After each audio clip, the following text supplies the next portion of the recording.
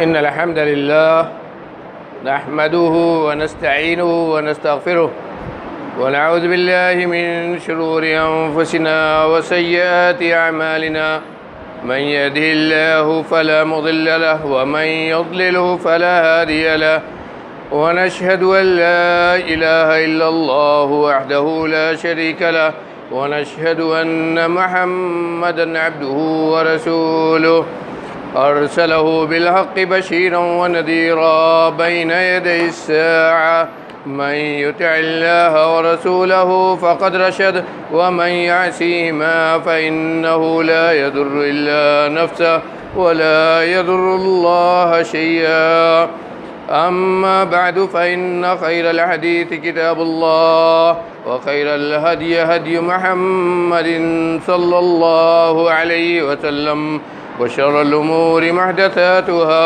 व कुल्लु मुहदसतिन बिदअह व कुल्लु बिदअतिन ज़लालह व कुल्लु ज़लालतिन फिन्नार। फ़अऊज़ु बिल्लाहि अस्समीइल अलीम मिनश शैतानिर रजीम। बिस्मिल्लाहिर रहमानिर रहीम। वल्लज़ीना यक्निज़ूना अज़्ज़हब वल-फ़िद्दत वला युनफ़िक़ूनहा फ़ी सबीलिल्लाहि फ़बश्शिरहुम बिअज़ाबिन अलीम यौम युहमा अलैहा फ़ी नारि जहन्नम फ़तुक्वा बिहा जिबाहुहुम व जुनूबुहुम व ज़ुहूरुहुम हाज़ा मा कनज़्तुम लिअन्फ़ुसिकुम फ़ज़ूक़ू मा कुन्तुम तकनिज़ून। माज़र हाज़रीन, दीनी भाइयों,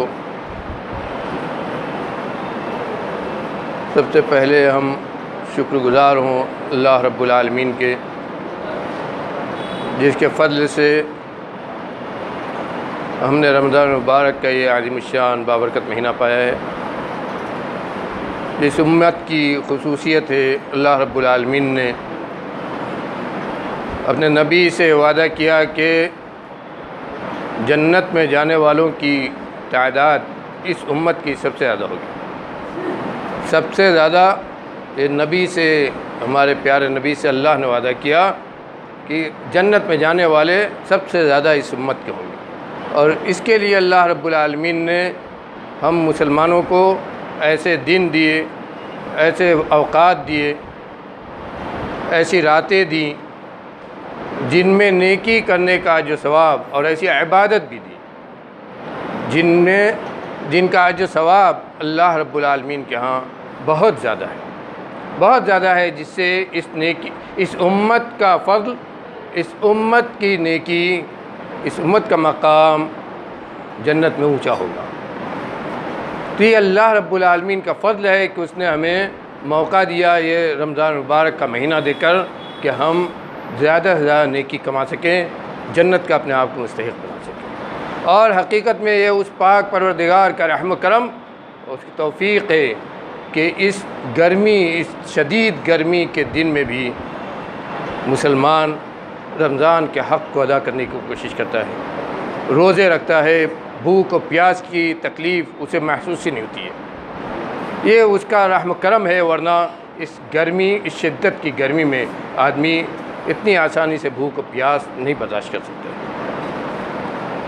मेरे भाइयों, अल्लाह रब्बुल आलमीन से दुआ करो कि परवरदिगार इस माह मुबारक की हमारी इबादतों को कबूल फरमा ले। इस माह मुबारक में हमें ज़्यादा से ज़्यादा नेकियां करने की तौफ़ीक़ रज़ानी फ़रमाए। रहमत व ग़ुफ़रान के इन महीनों में हमें अपनी झोली अल्लाह रब्बुल आलमीन की रहमत और मग़फ़िरत से भरने की तौफ़ीक़ रज़ानी फ़रमाए। हम जो भी अमल करें परवरदिगार आलम तो उसे कबूल फरमा ले। आज के हमारे इस दर्स का मौजू रमज़ान मुबारक का महीना और उसके रोज़े से हटकर एक और उन्वान है, वो है ज़कात। आज की हमारी गुफ्तगू इंशाअल्लाह ज़कात के ताल्लुक़ से होगी। हमारे भाइयों की फ़रमाइश थी कि चूँकि हम मुसलमान इसी महीने में अपनी ज़कात भी अदा करते हैं, हालांकि ज़कात के लिए इस्लाम ने किसी महीने की को मखसूस नहीं किया है, किसी महीने को ख़ास नहीं किया गया है कि इसी महीने में ज़कात दी जाए। लेकिन आम तौर पर मुसलमान अपनी ज़कात इसी महीने में अदा करता है। तो इसलिए हमारे भाइयों की ये ख्वाहिश हुई कि ज़कात के ताल्लुक़ से कुछ बातें ज़रूरी कुछ बातें बयान की जाएँ, ताकि लोगों को, जो लोग नहीं जानते हैं, इसके मसाइल को जानें और इसकी क्या अहमियत है। सबसे पहली बात तो हमें ये जाननी चाहिए कि जिस तरह नमाज और रोज़ा इस्लाम का बुनियादी रुकन है, इस्लाम के असास में से है, उसी तरह ज़कात भी इस्लाम का एक अहम बुनियादी रुकन है। बुनियल इस्लाम अला खम्स शहादत अल्ला इलाहा इल्लल्लाह व अन्न मुहम्मद रसूलुल्लाह व इक़ामस सलाह व इताज़ ज़कात व सौम रमज़ान व हज्जुल बैत मन इस्तता इलैहि सबीला। 5 बातें आपने फरमाई, उन्हीं में से तीसरी क्या है? ज़कात अदा करना। ज़कात अदा करना ये भी इस्लाम के बुनियादी रुकन में से एक है। नमाज और रोज़ा ये बदनी इबादत है, बदन से इसका ताल्लुक़ है, लेकिन ज़कात ये माली इबादत है, इसका आदमी के माल से ताल्लुक़ है। माल के बारे में हम सब ये जानते हैं कि ये आदमी की रोज़ी है। इस ज़िंदगी में, इस दुनिया में ज़िंदगी गुजारने के अल्लाह रब्बुल आलमीन ने जो वसाइल, जो सोर्सेज इंसान के लिए बनाए हैं, उन सोर्सेज में एक अहम सोर्स, एक अहम ज़रिया माल है, जिसे रोज़ी कहते हैं। और इस रोज़ी की तकसीम को अल्लाह रब्बुल आलमीन ने अपने हाथ में रखा है।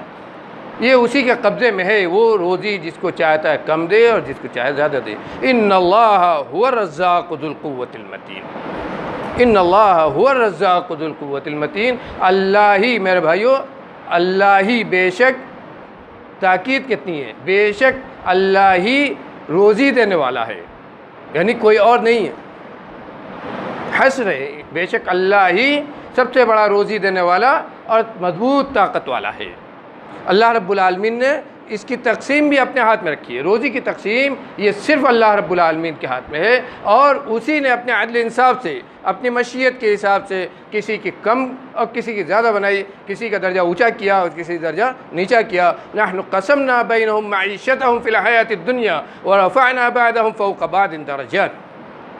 अल्लाह रब्बुल आलमीन ने कुरान में ख़ुद इसकी वज़ाहत कर दी कि हमने लोगों के दरमियान रोज़ी की तकसीम की है, और हमने रोज़ी के मामले में किसी के दर्जे को किसी से ऊंचा बनाया, यानी किसी को ज़्यादा दिया और किसी को कम दिया। ये अल्लाह रब्बुल आलमीन का अदल इंसाफ है। जिसको कम मिला उसे ये कहने का कोई हक़ नहीं है कि हमसे छीना गया है, बल्कि उसको उसका हक़ मिला है। उसको उसका हक़ अल्लाह ने दिया है। जिसको चाहा कम दिया और जिसको चाहा ज़्यादा दिया, ये उसका अदल और इंसाफ है। इस पर हमारा ईमान होना चाहिए। लेकिन चूँकि रोज़ी के मामले में ऊपर और नीचे का एक मेयार अल्लाह के यहाँ, किसी को ज़्यादा दिया है, किसी को कम दिया, इसीलिए माल के अंदर, जिनको माल दिया अल्लाह ने, माल के अंदर माल का हक़ रखा गरीबों के लिए। ये इस्लाम का एक इंसाफ वाला कानून है। अल्लाह ने जिसको ज़्यादा दिया उसके ऊपर ये ज़िम्मेदारी आयद की कि तुम्हारे माशरे में, तुम्हारे पड़ोस में, तुम्हारे बगल में कम रोज़ी वाला, कम पैसे वाला, हो सकता है कि भूखा सोने वाला भी हो, तो जो पड़ोस में तुम्हारे आसपास, तुम्हारे माशरे में जो गरीब, जिसकी रोज़ी कम दी गई, जिसको पैसा कम दिया गया है, उसका हक़ तुम्हारे माल के अंदर है। मालुल्लाह इसीलिए कहा कि माल जो तुमको दिया गया है तुम्हारा अपना नहीं है, ये अल्लाह का माल है। अल्लाह का माल है, ये अल्लाह का फ़ज़ल है, तुमको दिया है, और ये अल्लाह का इनाम है कि तुमको ज़्यादा दिया है, और इसीलिए तुम्हारे ऊपर ज़िम्मेदारी ज़्यादा डाली है कि तुम पड़ोस वाले का हक़ अदा करो। ये इस्लाम का एक बहुत ही अहम कानून है, और इसीलिए ज़कात की अहमियत इतनी ज़्यादा है। जिसके माल में निसाब पहुँच जाता है, ज़कात वाजिब हो जाती है, उसके लिए कितनी सख्त बात कही गई है। पहली बात तो ये जान लीजिए, जिनको माल कम दिया गया है वो खुश नसीब हैं। अगर नेकी दुनिया में करते रहे तो ये खुश नसीब है ये कि क़यामत के दिन उनका दाखिला अमीरों से पहले होगा, इसलिए कि उनको माल का हिसाब देना नहीं होगा। गौर कीजिए, जिनको इस दुनिया में अल्लाह ने कम दिया, इस पर उन्होंने सब्र किया, इस पर उन्होंने क़नाअत की, इसके हक़ को उन्होंने पहचाना, और जितना मिला था उसी में से अल्लाह के दीन की खिदमत की, उसका हक़ अदा किया और अल्लाह की इबादत की, उनका दर्जा अल्लाह ने बुलंद कर दिया। यहाँ तकलीफ़ उठाइए, वहाँ जन्नत उनको पहले मिलेगी। जिनको माल दिया उनके ऊपर माल का हिसाब रखा, माल का हिसाब रखा, उनको पहले अपने माल का हिसाब देना होगा, उसके बाद वो जन्नत में जाएंगे। माल का मामला मेरे भाइयों बहुत ही संगीन है, बहुत संगीन है। और जो लोग इस माल में ज़कात वाजिब होती है इसको अदा नहीं करते हैं, उनके बारे में अल्लाह रब्बुल आलमीन ने फरमाया, जो आयत मैंने पढ़ी क्या फरमाया है, गौर कीजिए कितनी सख्त वईद है। आज हम अपने हालात को, अपने तर्ज अमल को, दीन पर अपने अमल के अपने मामले को देखें और इस आयत पर गौर करें कितना सख्त, अगर अल्लाह के कलाम पर ईमान है तो गौर कीजिए कितना सख्त फरमाया है। वल्लज़ीना यक्निज़ूना अज़्ज़हब वल-फ़िद्दता वला युनफ़िक़ूनहा फ़ी सबीलिल्लाह फ़बश्शिरहुम बिअज़ाबिन अलीम यौम युहमा अलैहा फ़ी नारि जहन्नम।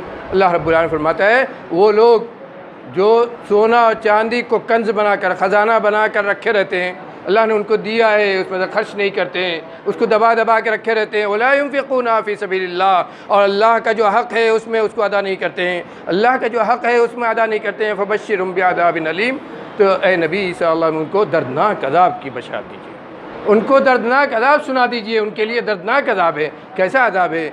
यौम युहमा अलैहा फ़ी नारि जहन्नम, क़यामत के दिन यौम युहमा अलैहा फ़ी नारि जहन्नम, उनके इस ख़जाने को, जो रुपया पैसा, जो सोना चांदी इस दुनिया में दबा दबा के रखा था, अल्लाह का हक़ नहीं अदा किया था, इस सोना चांदी, इस रुपया पैसा को जहन्नम की आग में तापा जाएगा, गर्म किया जाएगा। तापना जानते हैं? हाँ, तापना जानते हैं? लोहे को तापा जाता है, कहा कि तापा जाएगा जहन्नम की आग में, युहमा अलैहा फ़ी नारि जहन्नम फ़तुक्वा बिहा जिबाहुहुम व जुनूबुहुम व ज़ुहूरुहुम, और फिर इस तापे हुए गर्म लोहे से, कहिए जो ख़जाना का होगा दुनिया का, उनकी पीठ को, उनकी पेशानी को, उनकी बगल को दागा जाएगा, दागा जाएगा इसके ज़रिए, और कहा जाएगा हाज़ा मा कनज़्तुम लिअन्फुसिकुम, लो यही तुम्हारा सोना, यही तुम्हारा चांदी, यही तुम्हारा दुनिया का रुपया पैसा जिसको दबा के रखा था, गरीबों का हक़ नहीं अदा किया था, जिसकी ज़कात नहीं अदा की थी, जिसको बहुत कीमती समझा था, लो यही आज, यही तुम्हारा सोना है, यही तुम्हारा चांदी है जिससे तुमको दागा जा रहा है, अज़ाब दिया जा रहा है। हाज़ा मा कनज़्तुम लिअन्फुसिकुम, ये सोना चांदी जिसको तुमने ख़जाना बनाया था यही है। ज़ूक़ू मा कुन्तुम तकनिज़ून, और जो ख़जाना जमा किया था ना, इसका मज़ा आज चख लो। नबी करीम सल्लल्लाहु अलैहि वसल्लम, मन कान लहू कंदुन, जिसके पास दौलत हो, अल्लाह ने रुपया पैसा दिया हो, सोना चांदी दिया हो, और उसमें ज़कात नहीं अदा करता है, उसमें से वो ज़कात नहीं अदा करता है, उसका ये सोना चांदी, उसका हीरे जवाहरात, उसका ये सोना चांदी, उसका ये रुपया पैसा जिसमें ज़कात वाजिब हुई, ये क़यामत के दिन क्या होगा? सांप होगा, यह अद्धा सांप होगा, काला, जिसके पेशानी पर काला निशान होगा, यानी बहुत ही जहरीला सांप जो होता है, का सांप की शक्ल में होगा, और अल्लाह रब्बुल आलमीन इस सांप को उसके गले में हार की तरह डाल देगा, उसके गले में हार की तरह डाल देगा, और ये सांप उसको बार बार डसेगा, उसको बार बार डसेगा और कहेगा अना कंजुक अना मालुक, ऐ इंसान, दुनिया में पैसा इकट्ठा करने वाले, सुन, मैं ही तेरा ख़जाना हूँ जिसको तुमने दुनिया में इकट्ठा करके रखा था, इसका हक़ नहीं अदा किया था। अना कंजुक, वो कहेगा वो सांप कि मैं ही तुम्हारा दुनिया का ख़जाना हूँ, मैं ही तुम्हारा दुनिया का माल हूँ जिसको तुमने इकट्ठा करके रखा था। एक तरफ वो अज़ाब, दूसरी तरफ ये रुसवाई, दूसरी तरफ ये रसवाई जो उसको नज़र आएगी कि दुनिया का पैसा किस काम में आया उसको। अल्लाह रब्बुल आलमीन ने कुरान में भी कहा है, सयुतव्वक़ून मा बख़िलू बिही यौमल क़ियामा, सयुतव्वक़ून मा बख़िलू बिही यौमल क़ियामा। जो लोग बख़ीली करते हैं और अपना माल अल्लाह के रास्ते में खर्च नहीं करते, यानी ज़कात नहीं देते, अल्लाह के रास्ते में खर्च नहीं करते, गरीब व मिस्कीन का ख्याल नहीं करते, सयुतव्वक़ून मा बख़िलू बिही यौमल क़ियामा, जो बुख़्ल करके, बख़ीली करके पैसा रखा था, इसका हार उनको क़यामत के दिन पहनाया जाएगा। कितना शदीद है, कितना सख्त है भाइयों, माल का मामला बहुत ही सख्त है, और इसके बारे में अल्लाह रब्बुल आलमीन का बहुत सख्त जवाबदेही है। इसलिए मेरे भाइयों, हम सबको ये जानना चाहिए कि माल में गरीबों का क्या हक़ है। ज़कात उसी माल के में गरीबों का जो हक़ है उसी को कहते हैं, और ये ज़कात हकीकत में मालदार को, जिसके ऊपर ज़कात वाजिब होती है, वो आदमी जिसका माल निसाब को पहुँच गया, और उसके बाद ज़कात वाजिब होती है, उसे ये जान लेना चाहिए कि ज़कात का माल उसका अपना नहीं है, गरीब का है। ये ज़कात का माल उसका अपना नहीं है, यह गरीब का है। इसीलिए अल्लाह रब्बुल आलमीन ने कुरान में कहा है कि वो लोग जो अल्लाह के रास्ते में खर्च करते हैं दिखाने के लिए, या खर्च करते हैं और उसके ज़रिए एहसान जताते हैं, कहते हैं कि लो तुमको दिया और उसके साथ एहसान भी जताते हैं, तो उनके इस इन्फाक फ़ी सबीलिल्लाह, अल्लाह के रास्ते में खर्च करने की मिसाल अल्लाह ने दी ऐसे ये, जैसे सख्त पत्थर पर मिट्टी पड़ी हो और बारिश हो और ये मिट्टी पूरी बह जाए, कुछ नहीं बचेगा। कहा ऐसे ही उनका अल्लाह के रास्ते में खर्च किया हुआ माल होगा, उसकी कोई हैसियत अल्लाह के नहीं होगी, हवा मंसूरा होगा। तो ये माल, ये ज़कात, जो माल में ज़कात है, ये हकीकत में गरीबों का हक़ है, ये माल का भी हक़ है। और इसके ज़रिए अल्लाह रब्बुल आलमीन, ये माल की गंदगी भी है, इसको आपने माल की गंदगी कहा है, ये तुम्हारे माल में ये ज़कात तुम्हारे माल में माल की गंदगी है और इसको निकालना चाहिए। हमारे असातिज़ा कहते थे कि वो माल जिससे ये माल की गंदगी नहीं निकाली जाती, वो यही नहीं कि वो चला जाता है, बल्कि वो अपने साथ साथ और दूसरे माल को ले जाता है। वो गंदगी जो है वो जाती है उस माल के साथ, उसके साथ साथ दूसरे माल को भी ले जाती है। अच्छा माल जो है, जो पाक है, वो भी उसके साथ चला जाता है। इसलिए माल को उसकी गंदगी से पाक करना बहुत ज़रूरी है। नबी करीम सल्लल्लाहु अलैहि वसल्लम को हुक्म दिया अल्लाह रब्बुल आलमीन ने, खुद मिन अमवालिहिम सदाक़तन तुतहिरुहुम व तुज़क्कीहिम बिहा। ऐ नबी, इनसे इनके माल की ज़कात लीजिए, इससे इनकी पाकी होगी, माल की पाकी होगी और नफ्स का भी तज़किया होगा, नफ्स की पाकी होगी। तो ये ज़कात अल्लाह की तरफ से ये मालदारों पर वाजिब किया गया है। ज़कात किन चीज़ों में है, ज़कात कितनी है, ज़कात कब वाजिब होती है, ज़कात कैसे निकालना चाहिए और ज़कात किन लोगों को देना चाहिए, ये पूरा इस्लाम का एक निज़ाम है। और हकीकत में मेरे भाइयों, ये हमारी बदकिस्मती है कि हम फ़र्दन आज ज़कात देते हैं, ये हमारी बदकिस्मती है। ज़कात एक इज्तिमाई निज़ाम है, ज़कात इस्लाम का एक इज्तिमाई निज़ाम है।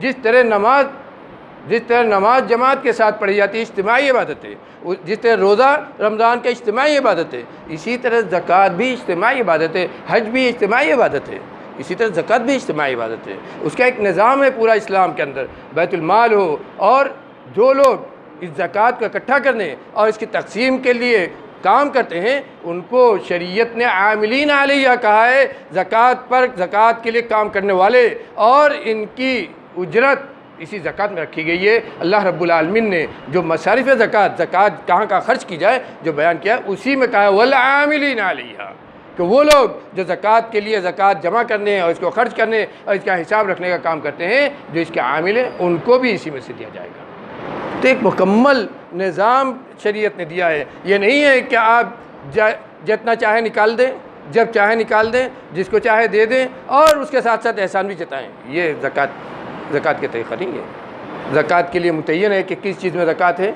ये मुतय्यन है कि कितनी है, ये मुतय्यन है कि कब निकाला जाएगा, ये भी मुतय्यन है कि किन लोगों को दिया जाएगा। अल्लाह रब्बुल आलमीन ने 8 मसारिफ़ बयान किए हैं। इन्नमस्सदक़ातु लिल-फ़क़राइ वल-मसाकीनि वल-आमिलीन अलैहा वल-मुअल्लफ़ति क़ुलूबुहुम वल-गारिमीन व फ़ी सबीलिल्लाहि व इब्निस सबील।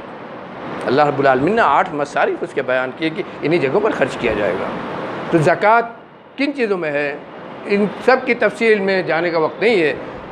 मोटी मोटी कुछ बातें मैं सोचता हूँ बता दूँ कि जिन लोगों के पास माल हो, जिनके पास सोना हो, जिनके पास चांदी हो, वो अगर वो निसाब को पहुँचता, चूँकि मैंने कहा पहले ही कि हमारी आज की हालत ये है कि हम अकेले इनफरादी तौर पर देते हैं, इसलिए अब ज़रूरी ये भी हो गया कि हम सब इनफरादी तौर पर इसके अहकाम मसाइल को जानें, ताकि अगर ज़कात वाजिब होती है तो सही तौर पर मुकम्मल ज़कात अदा करें। मेरे भाइयों, ये भी जान लीजिए, अगर हम थोड़ा बहुत देकर समझें कि हमने ज़कात अदा कर दी, ज़कात मुकम्मल हिसाब ना लगाएं, मुकम्मल ज़कात ना दें, थोड़ा बहुत दे कर समझे ज़कात दे दी, तो अल्लाह के अज़ाब से तब भी नहीं बचेंगे। जैसे अधूरी नमाज नहीं होती, ऐसी ही अधूरी ज़कात नहीं होती है। ये भी याद रखिए। मैं अधूरा हज नहीं होगा, अधूरा रोज़ा कोई रखे अधूरा रोज़ा नहीं होगा। इसी तरह ज़कात का भी मामला है कि उसके जो मसाइल हैं और जितनी वाजिब होती है, अगर वो सही तौर पर अदा ना की गई तो ज़कात भी पूरी अदा नहीं होगी। उसके बारे में अल्लाह क्या पूछा जाएगा। इसलिए ज़रूरी है कि ज़कात के मसाइल को हम खुद जानें, और इस सिलसिले में जैसे हम नमाज के मसाइल को जानते हैं, इसके लिए किताब तलाश करते हैं, इसके लिए हम मसाइल पूछते हैं। इसी तरह ज़कात के बारे में भी हम जानें और पूछें। ये हमारी अब एक एक आदमी की अलग अलग ज़िम्मेदारी हो गई।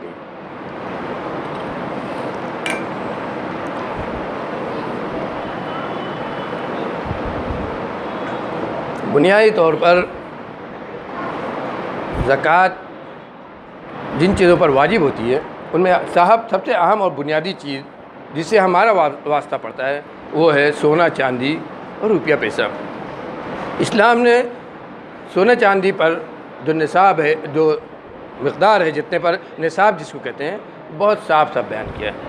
चूँकि उस ज़माने में करेंसी आम तौर पर करेंसी का रिवाज नहीं था, बल्कि सोना चांदी ही बल्कि चांदी ज़्यादा थी। नबी करीम सल्लल्लाहु अलैहि वसल्लम ज़माने में सोना भी बहुत कम था। दिरहम और दीनार जो अरब की करेंसी नहीं थी, बाहर की करेंसी थी, वो अरबों में चलती थी। उसी दिरहम और दीनार से, दीनार ये सोने का होता था, दिरहम चांदी का होता था। हदीस में सोना और चांदी का निसाब इसी दिरहम और दीनार से बयान किया गया है और बाद में इसी दिरहम और दीनार के वज़न को लेकर उसका वज़न मुतय्यन किया गया कि इतना वज़न सोना हो तो ज़कात वाजिब होगी। ये बात हमें अच्छी तरह जानना चाहिए। दीनार और दिरहम का जिक्र आता है हदीस में। उस दीनार और दिरहम के वज़न से ये मुतय्यन किया गया कि इतना सोना हो तो ज़कात वाजिब होगी और इतना चांदी हो तो ज़कात वाजिब होगी। सबसे सही जो वज़न मुतय्यन किया गया है सोने के सिलसिले में 85 ग्राम सोना अगर किसी के पास हो तो उसके ऊपर 2.5% ज़कात वाजिब होगी। 2.5% ज़कात कितनी है? 2.5% सोना और चांदी और उसी से लगा हुआ रुपया पैसा, इस पर कितनी ज़कात है? 2.5%। आज के मौजूदा दौर में हम ये कहेंगे कि 85 ग्राम सोना अगर किसी के पास हो तो चाहे उसी सोना में से 2.5% काट के दे, चाहे उसकी कीमत, मौजूदा कीमत आज के वक्त में अगर आज हम निकालते हैं इस साल, तो इस साल 85 ग्राम की जो कीमत होती है उस कीमत का 2.5%। इस 85% अगर 85% या इससे ज़्यादा हो तो जितना सोना है 85% से जब ज़्यादा हुआ, 85% या इससे ज़्यादा हुआ तो निसाब का है तो उस पर ज़कात वाजिब होगी। दूसरी शर्त यह है कि पूरा साल उस पर गुजरे, यानी एक साल आप कहीं से भी शुमार कीजिए, पूरा एक साल जिस दिन आपके पास 85 ग्राम सोना हुआ उस दिन से पूरा जब एक साल गुजरेगा तब ज़कात वाजिब होगी। अगर दरमियाने साल में वो 80 ग्राम हो गया तो ज़कात साल पूरा होने पर ज़कात वाजिब नहीं होगी, बल्कि 85% ये याद रखे रहिए, 85% होना चाहिए और उसके साथ साथ उस पर एक साल पूरा गुजरना चाहिए। अगर बीच में वो कम हो गया तो साल गुजरने पर ज़कात वाजिब नहीं होगी, बल्कि जब 85% पर साल गुजरेगा तब ज़कात वाजिब होगी।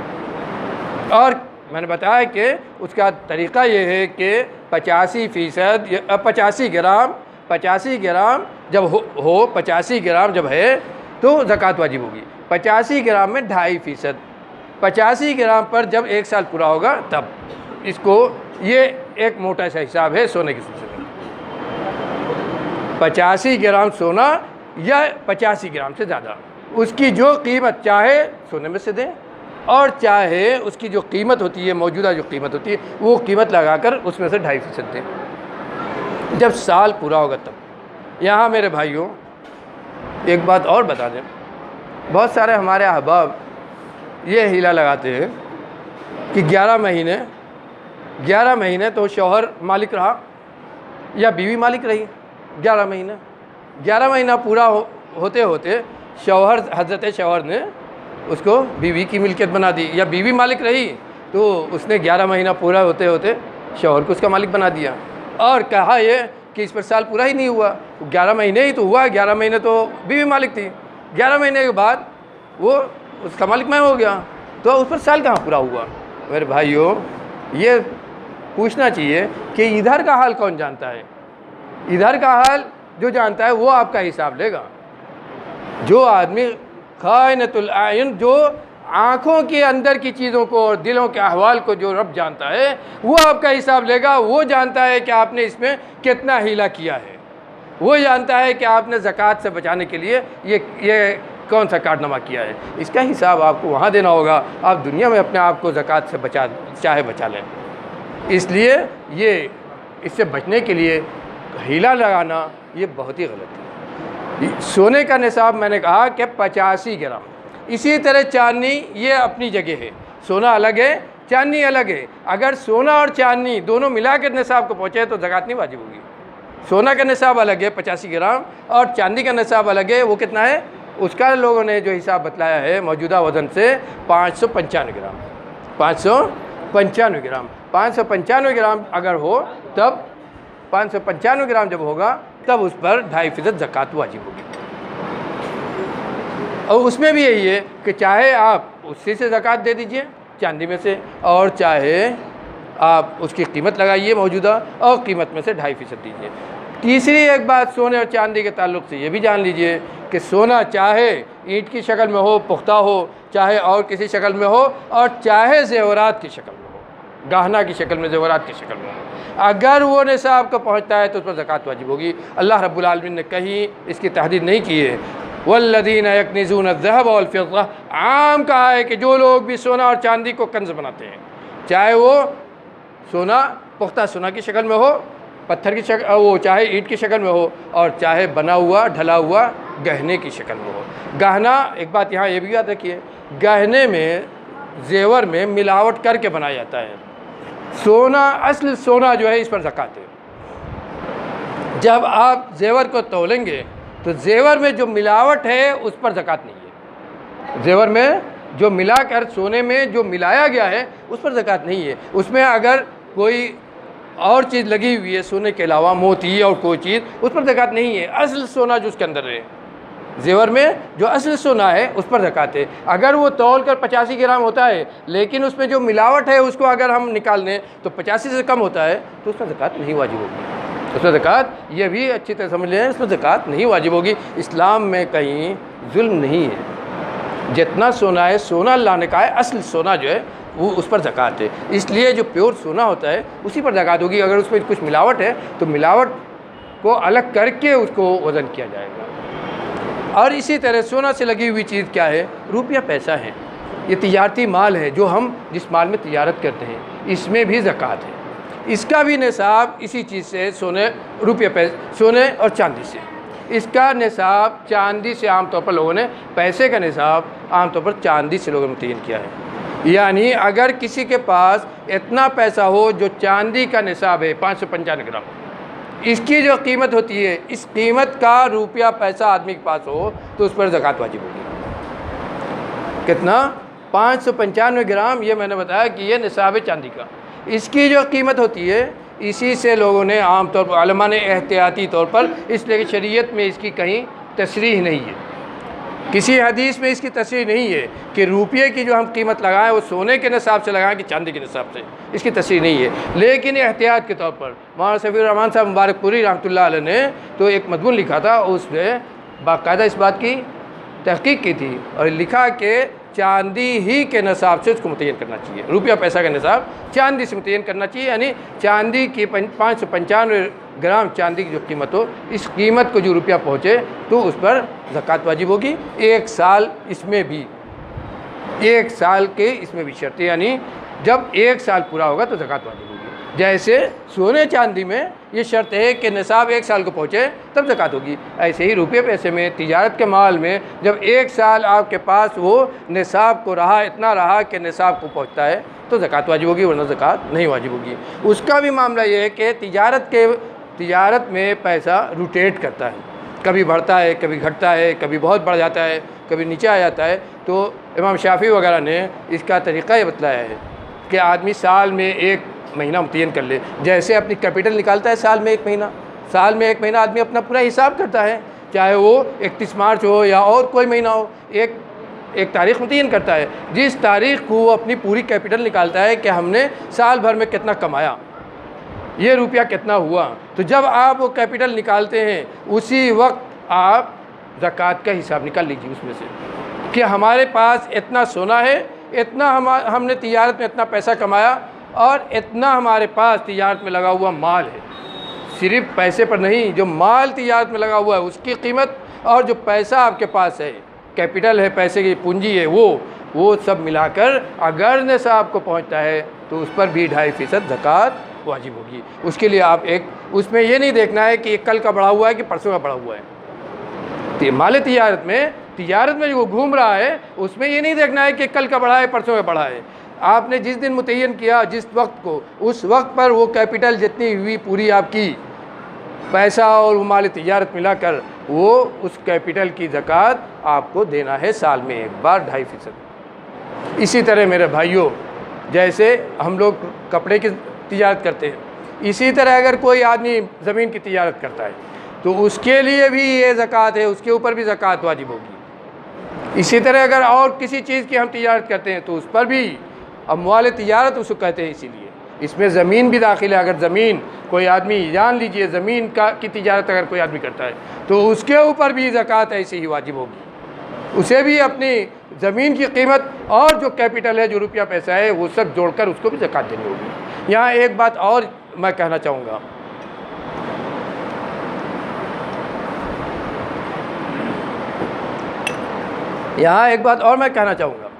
आज के ज़माने में ख़ास तौर पर जब हम लोग अपनी तिजारत डाउन हुई है तो ये आम तौर पर देखा जाता है कि आदमी पैसा देखता है कि इतनी पूंजी हुई तो लाओ इससे ज़मीन खरीद लो। ज़मीन में ख़ास तौर पर पैसा लगाया जाता है कि ज़मीन की कीमत बढ़ती है, घटती नहीं है, बढ़ेगी ही। अगर ज़मीन इस मकसद से ख़रीदा कि उसको बेचना है और फिर उससे बेचकर और दूसरी खरीदेंगे, फिर दूसरी बेचेंगे, आप उसका बिज़नेस नहीं कर रहे हैं। जैसे बिल्डर करते हैं या जो लोग ज़मीन का बिज़नेस करते हैं वो करते हैं। आप चाहे उसकी तिजारत नहीं कर रहे हैं, लेकिन आपने इस मकसद से ख़रीदा ताकि उसको जब कीमत बढ़ेगी तो हम बेचेंगे और फिर उससे दूसरी ज़मीन खरीदेंगे और उसको बेचेंगे, या है कि कहीं और अपनी तिजारत में उसको लगाएंगे, तो ये भी तिजारत के हुक्म है और इस पर भी ज़कात है। बहुत सारे हमारे अहबाब इसमें धोखे में पड़े हुए हैं। यहाँ भी मामला आपकी नीयत का है। अगर आपने अपने ज़रूरत के तहत ज़मीन ख़रीदा है ताकि आप मकान बनवाएं, या और कोई और मकसद है जो तिजारत या ख़रीद फ़रोख्त से उसका लेना देना नहीं है, तो उसमें ज़कात नहीं है। उस ज़मीन में ज़कात नहीं है। लेकिन अगर आपने इस नीयत से ज़मीन ख़रीदा है ताकि इससे आपका पैसा बढ़े, ताकि इससे आपकी पूंजी बढ़े, ताकि इससे आप अपनी तिजारत और दूसरी तिजारत बढ़ाएं, तो वो भी तिजारत ही के हुक्म है। और उस पर भी आपको हर साल ऐसे ही ज़कात देनी होगी जैसे तिजारत के माल की ज़कात देते हैं, सोने चांदी की ज़कात देते हैं। मेरे भाइयों, इस शुबे में बहुत सारे हमारे अहबाब शुबे में पड़े हुए हैं। आपके पास जेवर है, जेवर की आप हर साल ज़कात देते हैं, जबकि वो जेवर हर साल बढ़ता नहीं है। कीमत चाहे बढ़े, लेकिन असल जेवर जो है, सोना जो है, वो हर साल बढ़ता नहीं है। लेकिन शरीयत का हुक्म है कि हर साल उसे ज़कात दी जाए। इसी तरह ये ज़मीन हो सकता है आपने ख़रीदा 2-3 साल आप रखे रह गए, ख़रीदा था बेचने के लिए, किसी वजह से नहीं बिकी, या है कि दाम आप देख रहे हैं कि नहीं उठ रहा है, नहीं बेचा, 2-3 साल आप रोके रह गए, तब भी इस पर हर साल आपको, ये आपकी पूंजी में है, उस पूंजी में से है जिस पर ज़कात वाजिब होती है। तो यह आपकी उस पूंजी में से। मेरे भाइयों, इसकी मिसाल मैं देता हूँ। आदमी साड़ी बनाता है, सब साड़ी उसकी नहीं बिकती है, कुछ साड़ी उसकी डेड स्टॉक भी पड़ जाती है। ये डेड स्टॉक जो है उसका, डेड स्टॉक इसका कभी कभी 2-3 साल भी रह जाता है, 2 साल 3 साल बाद भी वो कभी कभी बिकता है। तो क्या वो एक ही साल उसकी ज़कात देगा, या वो अपनी कैपिटल में उसको एक ही साल शुमार करेगा, उसके बाद नहीं शुमार करेगा? हरगिज़ नहीं, बल्कि हर साल जब वो अपनी पूंजी, अपनी कैपिटल को शुमार करेगा, हिसाब लगाएगा, तो वो जो माल उसका डेड स्टॉक में पड़ा हुआ है उसको भी इसी में शुमार करेगा। ऐसा नहीं है कि उसकी सिर्फ 1 साल ज़कात दिया तो ख़त्म हो गया। तो ये ज़मीन जो आप आज लोग ख़रीदते हैं इसलिए ताकि उससे पूंजी बढ़े, उसको तिजारत नहीं की है, लेकिन नीयत ये है कि उससे उसको बेचेंगे, उससे और कमाएंगे, तो ये भी तिजारत के हुक्म है, इस पर ज़कात वाजिब होती है। तो ये रुपये पैसे के मामले में मेरे भाइयों, ये रुपये पैसे के मामले में बहुत ही एहतियात की ज़रूरत है, क्योंकि ज़्यादा मसला हमारा साथ ज़कात का रुपये पैसे का ही है। तो मेरे भाइयों, ज़रूरत है कि हम इस मसले को अच्छी तरह समझें। जो चीज़ इसमें हमको न समझ में आए उसको उलमा से जानें, उसको समझने की कोशिश करें, और जो सही हक़ है वो निकालने का, माल का जो हक़ है वो पूरा निकालने की कोशिश करें, ताकि अल्लाह ताला क्या हमारी ज़कात पूरी अदा हो। और फिर इसके साथ साथ मेरे भाइयों, ये भी कोशिश हमें करनी चाहिए कि ज़कात सही जगह पर अदा हो। यहाँ एक बात और मैं बता दूँ, ज़कात जिनको दी जाती है उनके ताल्लुक़ से, ज़कात कि मसारिफ को अल्लाह ने मुतय्यन किया है। आप ज़कात गुरबा मिस्कीन को देंगे, और इन गुरबा मिस्कीन में सबसे ज़्यादा हक़दार कौन होते हैं? अगर आपके रिश्तेदारों में कोई गरीब है, कोई मकरूद है, कोई परेशान हाल है, तो आपकी ज़कात का सबसे पहला हक़दार हुआ है। सबसे पहले आपको उसी को ज़कात देना है, इसलिए कि इसमें दोहरा अज्र है। इसमें दोहरा अज्र है, रिश्तेदारी का भी और ज़कात का अदा करने का भी। इस सिलसिले में शरीयत का उसूल क्या है? वो लोग जिनकी किफ़ालत आपके ज़िम्मे है, जैसे औलाद, वालिदैन, बीवी, ऐसा कोई मुलाजिम या आदमी जिसकी किफ़ालत आप करते हैं। आज हम जो रखते हैं तनख्वाहदार, ये नहीं, ऐसा कोई मुलाजिम जिसको आपने रखा, उसकी पूरी किफ़ालत आप करते हैं, उसको खिलाते पिलाते हैं, उसका कपड़ा पहनवाते हैं, वो परेशान बीमार होता है, सब करते हैं, पूरी किफ़ालत उसकी आपके ज़िम्मे है। तो वो जिसकी किफ़ालत, जिसको खिलाना पिलाना पहनाना, ये आपके ऊपर है, उसको आप ज़कात नहीं दे सकते। वालिदैन को आप ज़कात नहीं दे सकते, औलाद को ज़कात नहीं दे सकते, बीवी को ज़कात नहीं दे सकते, लेकिन दूसरे और जो रिश्तेदार हैं, इन सब को ज़कात दी जा सकती है, बल्कि वो ज़कात के ज़्यादा हक़दार है। हाँ मेरे भाइयों, एक मसला मैं बयान कर दूँ। एक साहब ने पूछा था मुझसे, और मैंने इसीलिए उसमें जामिया सल्फिया के मुफ्ती साहब से भी उसमें बात की। आज के ज़माने में जो तिजारती माहौल है, कब आदमी के ऊपर कर्ज़ा आ जाता है किसी को नहीं मालूम, कब उसकी पूंजी डूब जाती है, अच्छा खासा खाता पीता आदमी कब मकरूज़ हो जाता है किसी को नहीं मालूम। आदमी अगर मकरूज़ हो जाए, लेकिन उसकी बीवी के पास अपना ज़ाती, जिसकी वो खुद मालिक हो, पैसा हो, जेवर हो, जिसमें ज़कात वाजिब होती है, जिसमें ज़कात वाजिब होती है, तो बीवी अपनी ज़कात शौहर के कर्ज़ा को अदा करने में दे सकती है। ये मसला एक साहब ने पूछा था कि मैं मकरूज़ हूँ, लेकिन मेरी बीवी के पास सोना चांदी है, रुपया पैसा है, जिसकी वो मालिक है, जो उसे अपने घर से मिला है, या उनके भाइयों ने उनको दिया है, जिसकी वो खुद मालिक है, और उसमें ज़कात वाजिब होती है। तो क्या वो मेरी बीवी अपने मिल्कियत के माल में से, जिसके वो मालिक है, मेरे कर्ज़ा को अदा कर सकती है? यानी कर्ज़ा में कर्ज़ अदा करना है, मेरी मदद कर सकती है, मुझको ज़कात दे सकती है, अपनी ज़कात मुझे दे दे। तो इसमें भी मसला यही है कि औरत के खर्च का मालिक, औरत के खर्च उठाना मर्द के ऊपर है, औरत के ऊपर मर्द का खर्च उठाना नहीं है। मर्द के ऊपर है कि औरत की किफ़ालत करे, उसका खर्च अदा करे, औरत के ऊपर मर्द का खर्च देना नहीं है। इसलिए औरत जिसका वो खुद मालिक है और उसकी ज़कात उसके ऊपर आयद होती है, उस ज़कात से वो अपने शौहर का कर्ज अदा कर सकती है, उस ज़कात से वो अपने शौहर का कर्ज अदा कर सकती है। तो ज़रूरत है कि हम इन मसाइल को जानें मेरे भाइयों। ऐसे तो ज़कात जानवरों पर है, ज़कात खेती पर भी है, ये सब मसाइल शरीयत में बहुत साफ बयान किए गए कि कितना हो तो निसाब को पहुँचेगा, कब उसको अदा किया जाए, किन लोगों को अदा किया जाए, ये मसाइल हम जानें। और अल्लाह ताला से दुआ है कि हमें नेक अमल की तौफ़ीक़ दे, हम जो भी इबादतें करें, चाहे वो बदनी हो या माली हो, सबको कबूल फरमा ले। बार-ए-लाहा इस माह मुबारक में जो भी हम नेकियां करते हैं, इन सबको तो कबूल फरमा, इनको हमारे लिए नजात का ज़रिया बना। रब्बुल आलमीन तो हमसे राज़ी हो जा, तो हमसे खुश हो जा, तो हमारे लिए जन्नत लिख दे, हमारे गुनाहों को माफ़ कर दे, हमारे गुनाहों को माफ़ कर दे, हमारे वालिदैन की मग़फ़िरत फरमा दे, हमें जो गुज़र गए हैं उन सब की मग़फ़िरत फरमा दे, हमारे दिलों को आपस में मिला दे, एक कर दे, नेक कर दे। दुनिया जब तक ज़िंदा रख, इस्लाम पर कायम रख, और जब हमारा ख़ात्मा का वक्त हो तो तेरा कलमा ला इलाहा इल्लल्लाह हमारे ज़ुबान पर हो। हम अलैहि